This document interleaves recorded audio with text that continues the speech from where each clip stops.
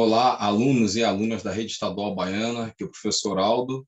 Continuando nosso estudo sobre clima, veremos hoje a formação de ciclones e também começaremos o estudo sobre os principais tipos climáticos do planeta Terra. Vamos para mais uma aula. Atentos, caderno para anotação. Vamos nessa. Então, pessoal, nós vamos falar um pouquinho sobre a formação de ciclones, né? Os ciclones é um nome dado genérico, vamos dizer assim, as perturbações tropicais mais velozes de vento, né, de circulação atmosférica, e eles vão se formar ciclone, furacões, né? Geralmente se formam tufão, né? Tufão, ciclone, furacão, se formam sobre o oceano, sobre superfícies oceânicas, né? Como é que se forma o ciclone? Vai decorrer da liberação do calor latente ao ar, né, no momento em que ocorre a condensação em condições de convecção. Então, na verdade, a condição de convecção era o ar quente ascendendo e o ar frio descendo. A gente fala de liberação do calor latente porque no momento em que há a condensação, a liberação de vapor. Quando nós temos a evaporação, o vapor d'água retém, né, esse calor. E depois, no processo de condensação, ele é liberado. É caracterizar-se pela transformação da energia calorífica latente em movimento circular, né? Então, esse movimento circular no Polo Norte, como nós conseguimos ver aqui, essa imagem, no Polo Norte nós temos movimento no sentido anti-horário, né, no movimento ciclonal, e no Polo Sul, né, nós vamos ter um movimento contrário, que é o movimento horário. Tá? Quanto mais aquecidas as águas superficiais dos oceanos, maior será a potência do ciclone. Vai ter essa questão da diferenciação de pressão. São mais numerosos nos anos de ocorrência do El Niño, onde as águas oceânicas superficiais estão mais aquecidas, e vão ser mais numerosos também no hemisfério norte, onde nós vamos ter maiores amplitudes térmicas por conta da maior quantidade de terras continentais. Outra consequência também é porque o hemisfério norte, as águas no hemisfério norte são mais aquecidas que no hemisfério sul. Por exemplo, o Oceano Atlântico Norte tem as águas mais aquecidas, levemente mais aquecidas, mas mais aquecidas do que o hemisfério sul. Por isso, mais ciclones, mais furacões ocorrem no hemisfério norte. Fato interessante, gente, então, também é a questão dos anticiclones. Você já deve ter ouvido falar em algumas previsões de tempo, formação de anticiclones. A formação de anticiclone ela vai ser um fenômeno contrário, praticamente, ao do ciclone. O ciclone vai se formar em áreas de baixa pressão. O anticiclone vai ocorrer em áreas zonas de alta pressão. Então, o anticiclone vai atrair vento. Desculpa, o ciclone atrai ventos. O anticiclone vai dispersar ventos. Então, no efeito de Coriolis, isso também ocorre um fenômeno contrário. Tá? No hemisfério norte, como nós observamos aqui, as zonas ciclonais ocorrem no sentido anti-horário, como nós falamos. Agora, as zonas anticiclonais ocorrem no sentido horário. Tá? No hemisfério sul, as zonas ciclonais ocorrem no sentido horário, que formam ciclones, e a rotação dos ciclones, furacões, tufões, como nós já falamos. E nas zonas anticiclonais ocorre já no sentido anti-horário. Isso é um fato curioso, tá? E a gente precisa ter essa compreensão aqui, a diferença de ciclone e anticiclone. Anticiclone é alta pressão e ciclone baixa pressão. Iniciaremos agora o estudo de tipos climáticos, né? Primeiro, nós vamos analisar as características gerais de algumas zonas climáticas. Começamos das altas latitudes, né, as zonas polares. Então, dá origem ao clima polar, clima subpolar. Tá? As altas latitudes, nós vamos ter demarcada acima do paralelo 66, nós vamos ter clima frio o ano inteiro, né, com alternância ali nas estações do ano de duas estações bem definidas, vamos dizer assim, né? Nesses climas polares, uma com um período maior de iluminação solar, né, que é a primavera e o verão, e outra em que um período bem menor. Se nós enxergarmos as regiões realmente polares, né, próximo ao 90 graus, nós vamos ter dias e dias e dias de escuridão no inverno e dias e mais dias, e alguns meses de claridade no verão. A menor temperatura marcada, né, numa região polar foi de 88 graus Celsius, 88,3 graus Celsius. Mas a característica é frio o ano inteiro. Clima temperado. Clima temperado é aquele clima clássico que nós aprendemos na escolinha desde o ensino primário, né? É o clima com as 4 estações bem definidas: verão, outono, inverno e primavera.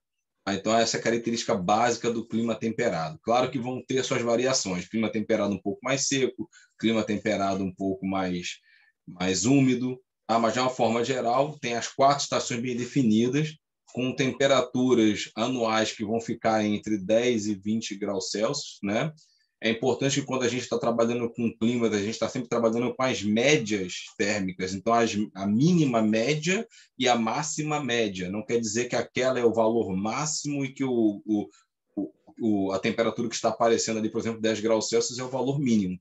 Então, quando a gente vai caracterizar um clima de maneira geral, nós vamos estabelecer temperaturas, falar sempre com temperaturas médias. E o que é a temperatura média? É feita a partir da média aritmética. Né? Se você pegar 2 valores para fazer a média aritmética, somar, por exemplo, a máxima de um dia, né, de calor e a mínima do mesmo dia, somar as duas, dividir por 2. Se você for fazer a média, desculpa, do mês, você pode fazer de 2 maneiras. Pegar a temperatura mais alta do mês, somar com a temperatura mais baixa do mês e depois dividir por 2. Ou pegar, né, esses valores distribuídos em 30 dias e dividir por 30. Então, você vai ter a média do mês. Tá? Vai ser mais precisa. No ano também, se você quiser uma média imprecisa, você vai fazer a mesma coisa. Então, como ali, nesse caso aqui de clima temperado, está colocando médias entre 10 e 20 graus, ou seja, mínimas, né, foi feita a média entre as mínimas, né, de cada mês, dividiu por 12, né, nos meses mais frios, e nós vamos pegar as máximas nos meses mais quentes e dividir por 2 para fazer aqui a média. Então, as precipitações, geralmente, em clima temperado, vão variar de 1.500 a 2.000 milímetros, né, o clima temperado clássico, mas nós vamos ter uma pequena oscilação. Existem regiões com clima temperados um pouco mais secos e outras um pouco mais úmidas. O clima mediterrâneo é o clima que ocorre na região às margens do mar Mediterrâneo, tanto no sul da Europa quanto o norte da África. É um clima temperado, no entanto, com as suas estações. O que chama a atenção é que sua estação úmida e a sua estação seca, elas são invertidas, né, da normalidade. Geralmente, os climas quentes, geralmente a estação mais quente, que é o verão, é úmido, e a estação mais fria é seca, né, que é o inverno. Isso é a média do globo. Alguns climas apresentam exceções. Uma dessas exceções, o clima mediterrâneo. Tá? O clima mediterrâneo ele tem verões quentes e secos, invernos frios e úmidos, tá? O que geralmente não acontece. Outra exceção a essa situação é o clima que nós temos, o tropical litorâneo no Brasil, que pega o tropical da Zona da Mata, né, no litoral brasileiro. Eles também têm essa característica com a estação chuvosa invertida. Mas o predomínio mundial, né, é de climas com verões úmidos e invernos secos. Tá? Eu vou precisar de vocês agora um tempinho a mais para a gente poder aprender, né, a interpretar e a ler um climograma. Esse aqui é um climograma clássico, né, de um clima temperado. Então, nós vamos ter aqui algumas informações. Tá? Nós temos a temperatura aparecendo do lado esquerdo do vídeo aqui, a temperatura, né, em graus Celsius. Nós vamos ter aparecendo aqui também para a gente a precipitação em milímetros. Precipitação, lembrando que pode ser em forma de neve, granizo ou chuva. Vamos trabalhar, por enquanto, com a ideia de chuva, até porque aqui no Brasil o predomínio imenso é de chuva. Então, quando a gente for analisar os climas brasileiros, A gente vai sempre pensar na precipitação como volume de chuva, tá? Então, nós podemos observar, né? Vamos nos apegar à questão temperatura. A temperatura vai ser determinada por essa linha contínua, né? Que está em forma de parábola no gráfico. Nós temos, então, temperatura pelos meses do ano. Não se assustem que aqui esse gráfico ele foi colocado em espanhol, então nós temos começando aqui, né? Deveria ser janeiro, está começando com a letra F, que é enero, fevereiro. Então é janeiro, fevereiro, março, abril, cada letrinha dessa daqui é um mês do ano, e a gente vai fazer sempre a relação com cada mês do ano. Então, por exemplo, né, vou até pegar uma canetinha aqui para a gente demarcar. A gente vai pegar aqui, ó, temperatura máxima no mês de julho. Aí você vai traçar aqui, ó, né, a temperatura pontilhado, não está um pontilhado retinho porque eu estou fazendo com o mouse, tá, gente? Então, temperatura máxima no mês de julho. Tá? É igualzinho o gráfico matemático quando a gente faz uma parábola e vai ligando os pontos para montar a parábola. Tá aqui. Temperatura máxima no mês de julho. Temperatura, né, no mês de dezembro. Aí nós vamos ver para cá a mesma coisa. Continua saindo, né, do T ali da temperatura. A gente vai chegar à temperatura no mês de dezembro ali. Tá, gente? E a temperatura no mês de dezembro. Aqui, ó. Tá? Nós temos a temperatura no mês de dezembro, a gente vai ligando, e assim faz em todos os meses, depois a gente liga e forma a parábola. Então, nesse caso, né, desse clima aqui, que é o clima no hemisfério norte, como é que eu sei que é hemisfério norte? Né? Eu vou saber que ele é hemisfério norte por conta disso aqui, ó.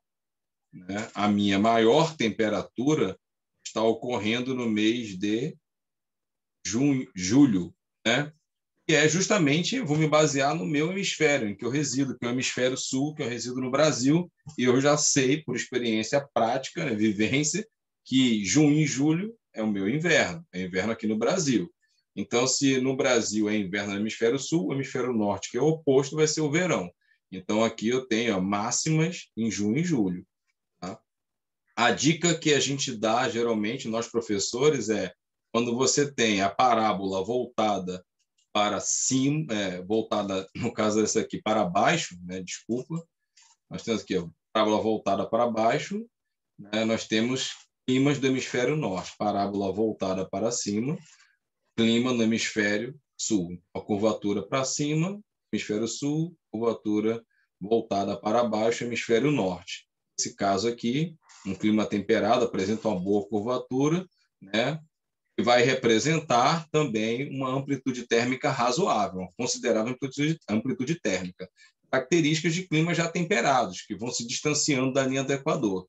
Nós temos, por exemplo, aqui o máxima uns 27 graus, vamos arredondar para 25, com mínima de 5 graus em média. Isso aqui vai nos dar, né, uma situação de 20 graus de amplitude térmica, coisa que aqui no Brasil é quase impossível de acontecer mesmo durante o ano. Só nas regiões do extremo sul brasileiro, nas regiões em pontos específicos, não na maioria do território nacional. Tá? Então, essas características a gente vai descobrir só com a linha do tempo. Então, primeiro, quanto mais for acentuada a curvatura, maior vai ser a amplitude térmica. Só que a gente tem que observar essa numeraçãozinha aqui. Existem algumas pegadinhas em climogramas. Existem climogramas que podem estar aqui com valor de 1 e 1. Então, a gente não pode só considerar a curvatura. Né? Eu tenho climogramas que podem apresentar para a gente aqui, como esse aqui, né? Com a linha verde, ó, que tem uma curvatura grande, você vai olhar, poxa, clima de grande amplitude térmica. Ó, observe que ele está de 1 em 1 grau. Então, do 19 ao 24, você vai ter 5 graus de amplitude térmica. É uma curvatura enganosa. Tá? Então, a gente tem que tomar cuidado quando a gente estiver trabalhando climogramas. Observar aqui ó, a unidade em graus Celsius e observar os números, né? Se está de 1 em 1, se está de 10 em 10, está de 5 em 5. Tá? Então, 20 graus Celsius é uma amplitude térmica considerada. Deixa eu ver o que mais que a gente pode tirar aqui da temperatura. Então, aqui a gente tem uma amplitude térmica anual, como eu falei, a gente está se deslocando, está se distanciando da linha do Equador. Então, clima temperado nesse caso aqui, provavelmente as 4 estações bem definidas. Aqui nós observamos também, né, como falei, a temperatura média do verão, a temperatura média do inverno, já falou sobre média aritmética, e aqui a gente identifica a característica agora relacionando o verão com as barrinhas de chuva, né? Essas barrinhas azuis são o quê, professor? São exatamente as barras que vão demarcar o índice pluviométrico. E aí, quando nós formos analisar o volume de chuva que está do outro lado do gráfico, a gente tem que meio que esquecer tudo que a gente estava lendo na coluna da temperatura. Então, eu vou até apagar aqui, para a gente não se confundir, né, com a dinâmica, né, na explicação também. Aqui, tudo que a gente colocou aqui, né? Então, porque não faz mais sentido. A gente vai se preocupar agora somente com as barrinhas, que nesse caso aqui são as barrinhas azuis, que vão determinar para nós aqui, né, o volume de chuva de cada mês. Tá? Esse volume de chuva ele é dado em milímetros, não milímetros cúbicos, porque não é volume necessariamente, né? Seria mais ou menos como se nós estivéssemos tratando a altura da lâmina d'água, né, em relação ao solo, se o volume de chuva que caiu, ou de neve, ou de granizo, atingir a superfície e ele não evaporar, não infiltrar e não escoar superficialmente. Claro que, quando se fala de granizo e de neve, isso é mais difícil de acontecer. Acontece, mas num volume menor. Então, a neve geralmente fica lá, é até mais fácil de medir. Geralmente fala, nevou e formou uma camada de tantos metros de neve. Na precipitação de chuva, nós usamos um pluviômetro para fazer essa conversão, mas a ideia, né, mais ou menos, é como se fosse essa. Então, a altura da lâmina d'água depois de um período de chuva, se essa água não evaporar, não escoar e não infiltrar, atingiu a superfície e ali ficou. Vamos pensar assim, a altura dessa lâmina d'água é dada em milímetros. Tá? É só uma ideia da interpretação para vocês entenderem como é que funciona mais ou menos o pluviômetro. Claro que o pluviômetro vai trabalhar com outros dados para ser mais preciso, mas a ideia é essa. Tá? E aqui nós vamos ter, por exemplo, os meses mais chuvosos, né? Meses, por exemplo, se a gente for considerar aqui, dezembro, que é verão, verão do hemisfério sul, mas é inverno no hemisfério norte. Então, aqui vai dar justamente a característica do clima. Invernos chuvosos para a região, né? E verões, secos. Tá aqui, é o período que menos precipita, julho e agosto, que é o verão deles, né? Então, você tem menor volume pluviométrico. Cuidado agora com os dados pluviométricos, né? Como é que eu consigo saber, professor, se esse clima é um clima úmido, ou um clima semiúmido, ou um clima seco ou árido, né? Ou um clima superúmido? Então, para fazer isso, eu tenho que somar o volume pluviométrico de cada mês. Então, digamos que isso aqui é só chuva, né?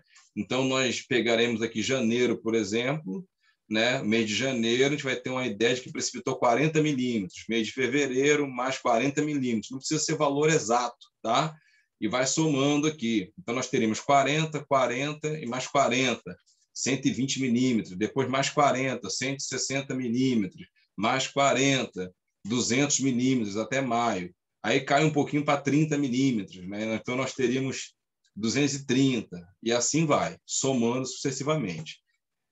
Climas de 0 a 300 milímetros no ano são climas áridos, desérticos. Climas que variam entre 300 e 700 milímetros no ano são considerados climas semiáridos. Clima de 700 milímetros no ano a 1.200, 1.300 milímetros são climas subúmidos ou semiúmidos. Climas de 1.300 a 2.000 milímetros, climas úmidos. Né? Até 2.500 milímetros, climas úmidos. Acima de 2.500 milímetros são climas superúmidos. Isso aqui é só para a gente ter uma ideia, tá, gente? Não pode se apegar a valores específicos. Mas o clima mediterrâneo é um clima que é um pouco mais seco, realmente. É um temperado com um volume de chuva menor, que vai variar aí de 600 milímetros a a 700, 800 milímetros, né, normalmente. Vai ficar nesse torno de 600 a 700 milímetros. Teria mais ou menos o volume de chuva que ocorre no sertão nordestino. Mas aí você vai perguntar assim, pô, professor Aldo, então quer dizer que lá o clima é igual, a aparência é igual do sertão nordestino, tem alguma coisa errada. Não é bem assim, porque no sertão nós vamos ter outras características, como a concentração desse baixo volume de chuva num período curto do ano, 2, 3 meses. E aqui essa chuva ela já é bem distribuída no ano. A estação seca ela é até curta, são 2 ou 3 meses só de seca. O resto é a chuva bem distribuída no ano. Por isso, o ecossistema ele é totalmente diferente, né? Eu nem considero tão totalmente diferente assim do sertão nordestino, mas ele tem características bem diferentes do sertão nordestino. A vegetação, por exemplo, lá nessa área de Mediterrâneo são os garrigues, maquis, tá? É onde nós vamos encontrar as oliveiras, aonde a produção de vinho também é bem volumosa e se adequa bem ao clima. Então, galera, sobre o climograma, é isso que eu tinha para falar. Mas é importante a gente se atentar, porque alunos geralmente têm dificuldade para interpretar gráfico. Então, a minha dica é procura a temperatura, identifica qual é o hemisfério, identifica a zona climática, porque quando nós temos um climograma com baixa curvatura, geralmente significa que ele está próximo à linha do Equador. Mais uma vez, nós vamos ter cuidado aqui com algumas pegadinhas, eu vou mostrar para vocês agora. Então, o climograma, por exemplo, aqui aparece que tem uma boa curvatura, mas ele só tem variação de 2 graus, então praticamente não tem curvatura nenhuma aqui, né? Então, é um clima com baixa variação de temperatura, tá? Então, climas que têm uma oscilação na curva da temperatura pequena são climas próximos à linha do Equador. Conforme vai se distanciando da linha do Equador, a curvatura da linha da temperatura tende a ser maior. Ok, gente? Vamos dar continuidade. Chegamos à caracterização dos climas tropicais, né? Dos climas de baixa latitude, ou seja, próximo à linha do Equador. Então, nós vamos ter climas tropicais e equatoriais. Os climas tropicais, nós consideramos que tem 2 estações bem definidas, geralmente verões chuvosos e invernos secos. Tá? A amplitude térmica também anual é baixa, ou seja, anual ou sazonal, né, como outras das estações, é uma amplitude térmica baixa, como nós podemos ver nesse climograma. As médias térmicas mínimas ficam em torno de 19 a 20 graus e as médias térmicas máximas em torno de 25 a 20 graus. Tá? Então, nós temos 6 graus de amplitude térmica anual. A amplitude térmica diária vai depender da localidade. Brasília, por exemplo, no Brasil, uma amplitude térmica diária razoável, porque o clima é mais seco. Quanto mais seco o clima, maior a amplitude térmica diária. Tá? Nós vamos ter temperaturas médias, como nós já falamos, entre 20 e 25 graus, pequena amplitude térmica anual, como está descrito aqui, quase uma situação de isotermia. O clima que é muito influenciado pela dinâmica atmosférica, né? Pela ZCIT, que é a zona de convergência intertropical. Tá? Apresenta 2 estações bem definidas. O clima equatorial é um clima que vai ter basicamente uma estação bem definida, calor o ano inteiro. Né? Algumas localidades vão ter a estação de cheia e a estação de seca dos rios, ou seja, também influenciada pela estação de chuva, maior volume de chuva e menor volume de chuva, na região amazônica, por exemplo, essas regiões vão ter maior, vamos dizer assim, maior definição por conta do volume de chuva. Daí você vai ter 2 estações bem definidas também na zona equatorial. Uma que chove mais e outra que chove menos. A temperatura, calor o ano inteiro. A gente vai falar especificamente do clima equatorial brasileiro mais à frente. Os climas de baixa latitude, tropicais, geralmente têm essas características que nós acabamos de ver agora. Aí aqui nós vamos falar de um outro clima, né, mundial que tem uma importância, tem relevância, assim como o clima mediterrâneo, que sempre aparece em concurso. O clima de monções vai ter características importantes também que vai chamar a atenção, e é um clima que, a nível de concurso, pode aparecer quando se fala de climas internacionais. Né? Porque você, como aluno de ensino médio, até mesmo eu, como professor de geografia, conhecer em detalhes cada clima de cada canto do mundo é quase impossível. Nós vamos conhecer as características gerais, como nós falamos anteriormente. A não ser que eu fosse especialista em clima, só desse aula de clima. Não é o caso, né? Eu não sou um professor de climatologia, sou um professor de geografia. Tá? Então, você como aluno também, é difícil de você pegar características de todos os climas. Então, a gente vai para os climas que chamam mais atenção. Falamos do Mediterrâneo e tem agora o clima de monção. O clima de monção acontece no sul e sudeste asiático. É um clima que vai ter como característica duas estações bem definidas por ser tropical, né? No hemisfério norte, ele vai ter lá no verão, em julho e agosto, que é a monção de verão, é o período mais úmido, é o clima mundial, é um dos climas mundiais que mais chove e tem essa chuva concentrada no período de 6 meses, que é a metade do ano. Por isso que ele chama bastante atenção, porque essa chuva em grande volume que acontece nas monções de verão, elas vão ocorrer e provocar algumas perdas sociais, econômicas e humanas. A monção de inverno é o oposto, né? Vai predominar um clima seco durante 6 meses. Então, qual é a característica do clima de monção? 6 meses de seca e 6 meses de forte chuva, até 4.000 milímetros por ano. É um clima que é até fácil de identificar o climograma dele, porque vai ter um volume de chuva muito grande, com o período de junho, julho, agosto, setembro, já com um volumezinho de chuva beirando o zero. Como é que se dá a caracterização desse clima? Pela dinâmica de pressão. Tá? No inverno, no hemisfério norte, consequentemente, nós vamos ter o verão no hemisfério sul. Os oceanos vão estar mais aquecidos e o continente asiático vai estar passando pelo inverno, vai estar extremamente frio, vai formar uma enorme célula de alta pressão, já que o continente asiático é a maior massa continental do planeta. Então, essa célula de alta pressão, como nós já vimos sobre a dinâmica de ventos, né, a advecção de ventos, né, que é o deslocamento horizontal, o vento vai se deslocar da alta pressão para a baixa pressão. Nesse caso que nós estamos vendo aqui, né, o vento com essas setas vermelhas, vou fazendo outra aqui, ó, azulzinha agora, esse sentido é do continente para o mar. Então, são ventos que são ventos secos, de origem seca. Na monção de verão, que ocorre de julho a agosto, vai ser exatamente o fenômeno oposto.